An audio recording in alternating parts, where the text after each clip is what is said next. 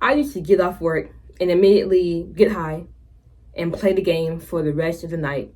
And that was all I would do. But I got tired of doing that.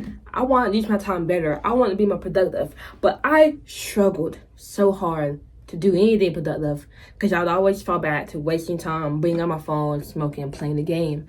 But that changed when I started doing 3 simple things that made it a lot easier for me to get off the clock and work out or read or hang out with my family or just do more instead of just sitting down and passively scrolling on this phone.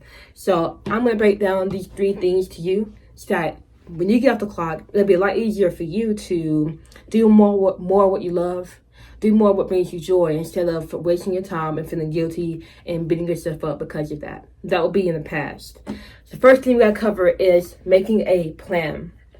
You've got to have a plan for what you'll do off the clock. And most of us don't plan out our day. Most of us have no schedule following.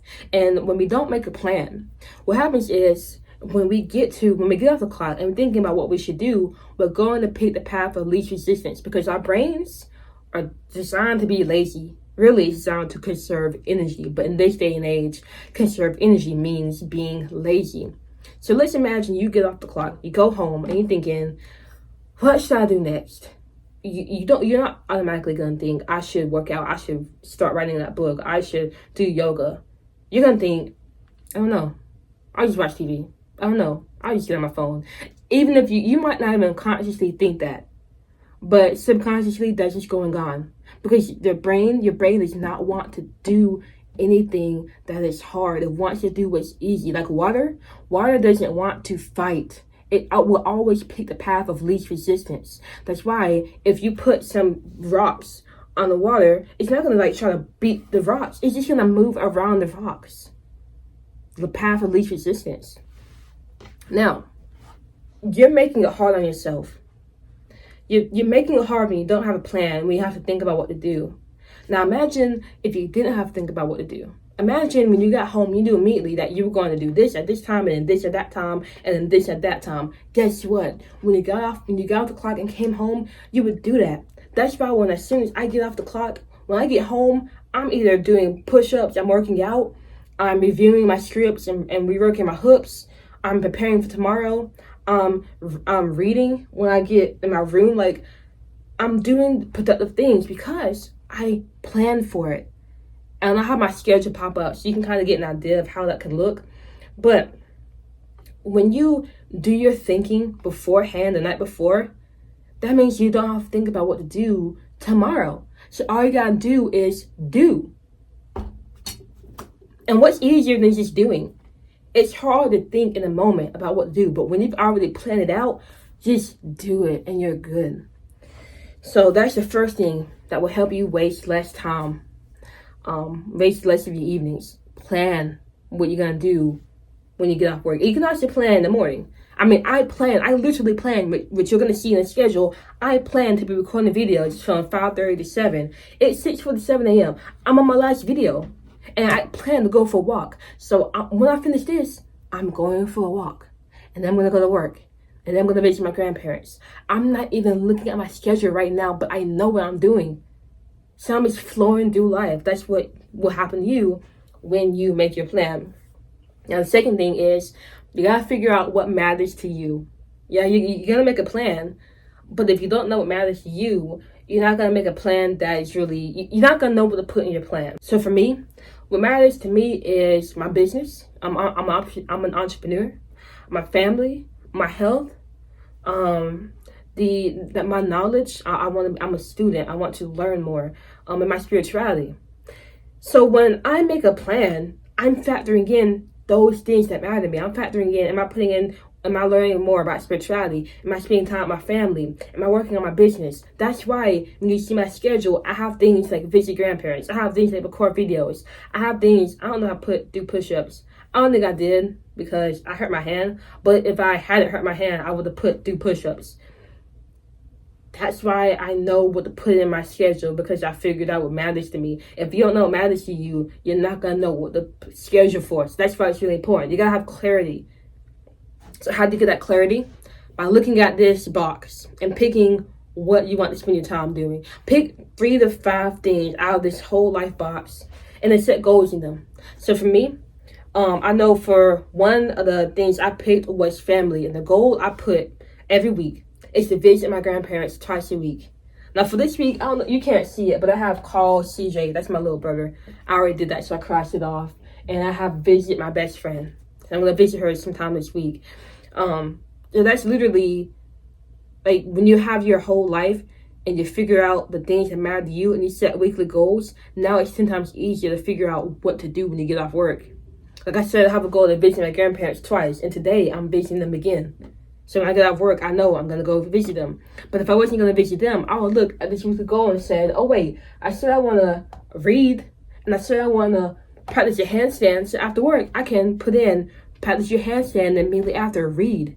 The weekly goals will make it so much easier for you to make a plan.